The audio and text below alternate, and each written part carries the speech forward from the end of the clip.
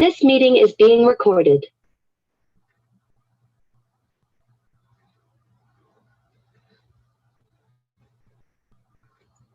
Interesting.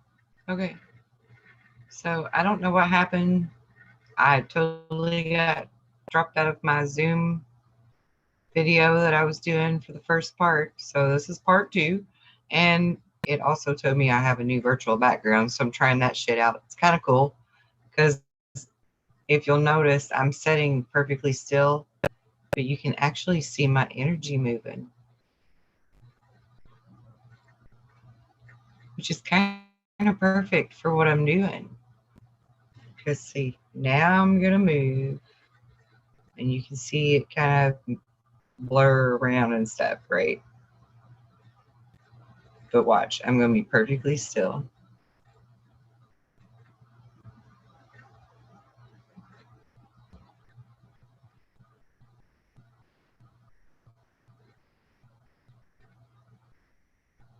I dig it. I kind of dig it. Okay. Anyway, back to the thing. Now that I'm done entertaining myself. So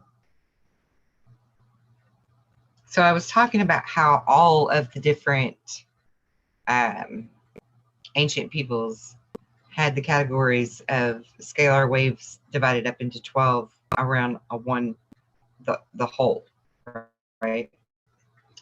Meaning 13. So I want to tell you about this Dr. Karim that's from Israel. He looked at the 12 scale chart that the same French people looked at in the 30s. And he asked the same question that I asked. What is it that's in the middle? It shows our color spectrum, basically, this chart. And I'm going to put some pictures up somewhere in the video to show you these images that I'm talking about, these charts.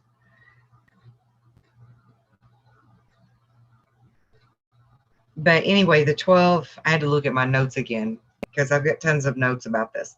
The 12 vibrations form around the perimeter of literally all physical objects: rocks, tables, shoes, food, you, your cup, everything, right? Everything in the field, your pen, everything in the field has these 12 vibrations around them, okay? They are in your field. Yet people places things in a particular pattern, like for example, people standing in a circle holding hands create a purposeful shape caused wave, a purposeful particular shape to the scalar wave. It's a vibratory wave that forms from this shape. Now, we know about this in somatics, I think is how they say it. But just like you have the 12 bands around that perimeter, like what is that center? What is the center of the shape of each chakra? And interestingly enough, the Sanskrit drawings of the chakras show a center point to each one. This center point is the natural force that interacts with the other 12 bands. It's what gives all of it the creative ability and the properties. We don't think about how nature forces actually interact with our creative abilities and our properties every day, but it actually does. And to know it is to truly know thyself.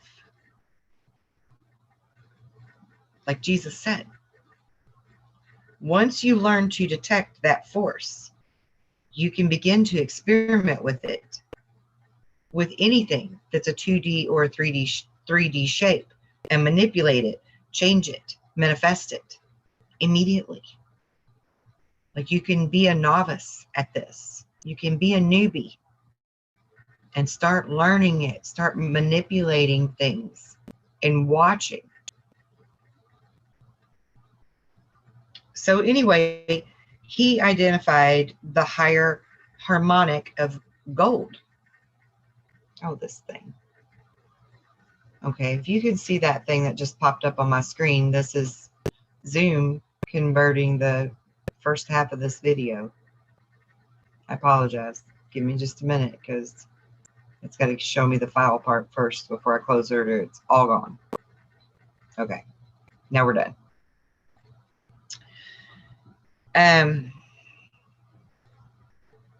So where was I? It's all malleable. It's engineerable. It's workable. It's something you can mold. It's something you can sculpt or change, remove, heal, replace. So he identified this as the higher harmonic of gold, which is the God aspect.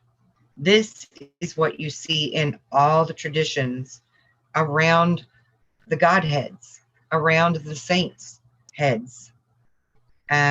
It's also what Da Vinci meant by drawing the man with the circle completely encompassing him. It's that field of the one, of source. It's not a metaphor. They're depicting a very real force that these people knew about and used. They discovered the polar duality principles that were within them. Light and dark, hot and cold, send, receive, in, out, up, down.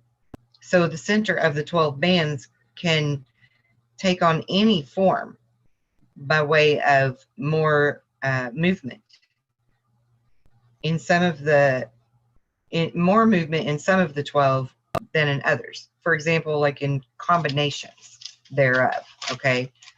You could take like 5 of them, 5 out of the 12, and make them all vibrate together to create one form. Take another combination of the 12 and vibrate them together. It creates a different form. Put them with something that is a liquid versus something that's a solid, and the form is different but the same. It's the reverse, it's the mirror, it's the fractal in it. And Dr. Kareem proved that we can affect living bodies with specific geometric shape. The cube, the circle, the sphere, the tetrahedron, the hexagon. These are sacred geometry. The triangle, the Metatron. They're all vibratory, and the combinations thereof create different functions and different forms. We can use this in healing. We can use this in protection and defense. There's a real study about this that's called the Study of Geometric Forms on Life Function that was actually done in Egypt, proving we can balance energy in the life force field, replace it, patch it, rejuvenate it, proving it. This is how I can heal you in the quantum field. This is how I can regress you and take you to the Akashic field with me, and we do it together. So that you also are, well, you are fully in control. You're basically the guide when we do that. I can teach you how to do this. I can heal you, but then you have to know from your own wisdoms, your own laurels, how to sustain it. And I can teach you that.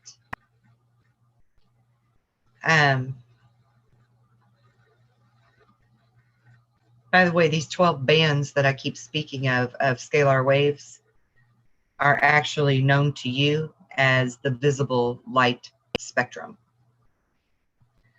All of the ancient cultures knew this and how to use it to heal, to activate powerful spiritual growth, and yes, sometimes, unfortunately, even for toxic, maybe even for deadly vibrational attack on people or places. And also to build their great temples. They were utilizing their wisdom in these scalar waves. There are specific sound waves you can put together that will levitate stone. Just like there are specific sound waves you can put together to heal living organisms on a cellular level. And you know, there were stories in the Bible of like the people who surrounded Jericho and trumpeted their horns 7 days in a row. And, you know, for 6 days straight, it didn't do anything. And on the seventh day, the walls of Jericho crumbled. This is sound frequency vibration. I'm going to also share a link with you to a diagram that was put together by a doctor of some kind of physics that went and visited with some monks and gained their trust. And he was shown how they use sound to levitate things, and drew diagrams of the different arc and the distance and all of those scientific facts for any of you that want to really know how this works. I will attach that link. I'm also going to share a video with you in a moment, just a clip of a video that pertains to all of this that's very beneficial, that I actually literally just happened upon today. And I love, love, love the way everything has been fallen into place with synchronicity for me in the past.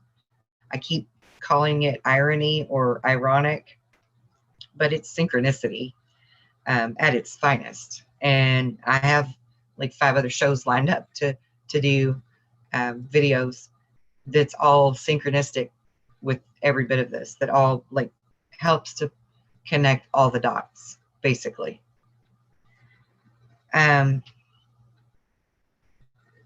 So each of these 12 bands are what you know as the visible light spectrum.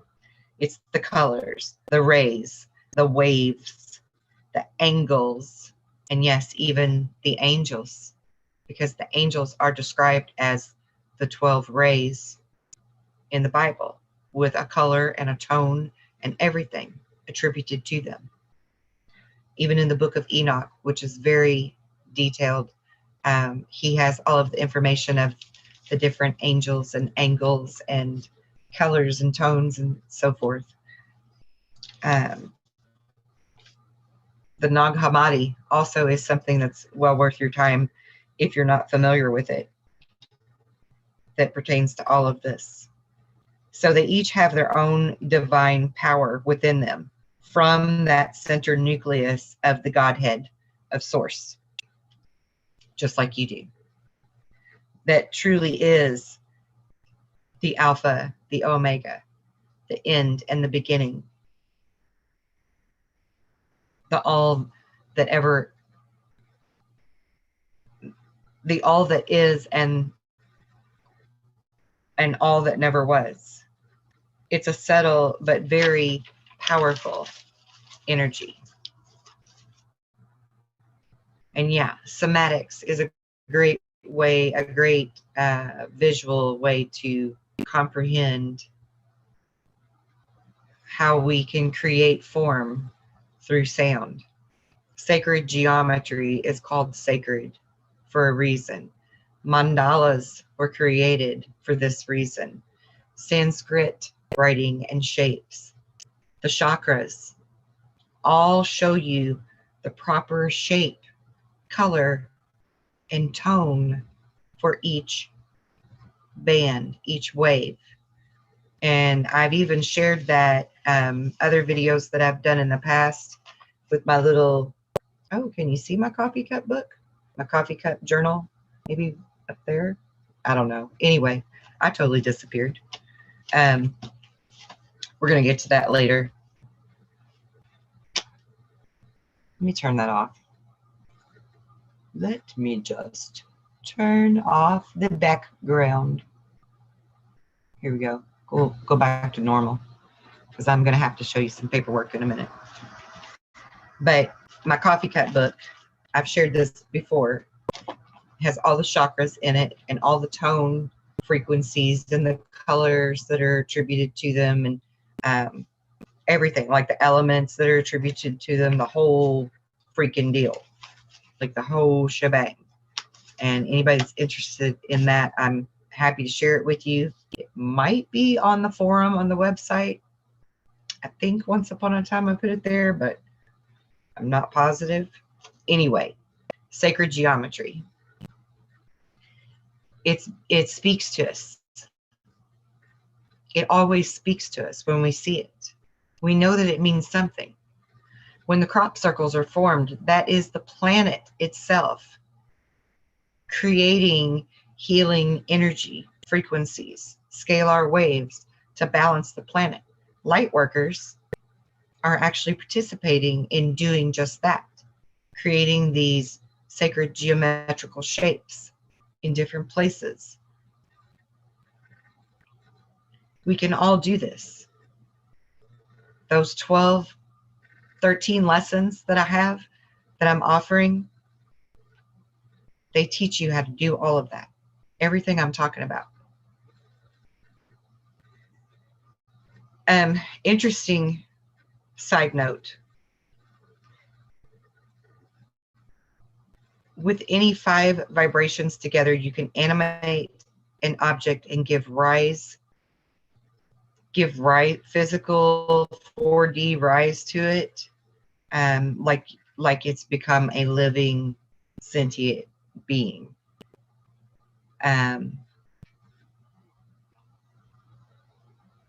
Also, I've got a few side notes here before I move on. Another side note I want to point out to you is, entertain me for a moment and just imagine that our media, our MSM, could truly be considered and viewed upon extreme opposite of where you look at them now, and they could be the heroes, so to speak, of this story, in the sense that they could show all of us millions of viewers, billions of viewers, a catastrophe or a terrible event that's taking place in one location on the world. And all of us viewers can focus and band our scalar wave energies together to protect, to push back floods, to calm hurricanes, and send them back out to sea where people are safe.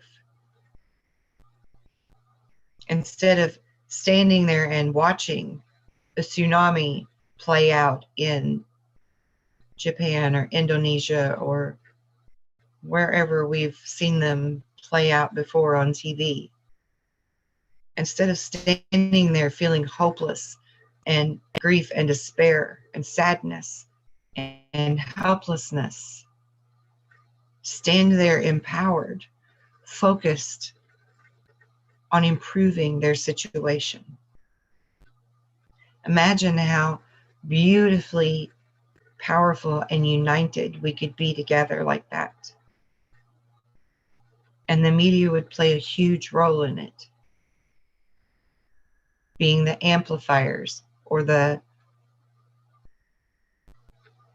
amplifiers, and the microphone, to letting us know and then receiving the energy back through to amplify it. What a beautiful experience that would be if we could all truly know who we are and do things like that, rather than things we do now, where we feel hopeless and helpless and grief.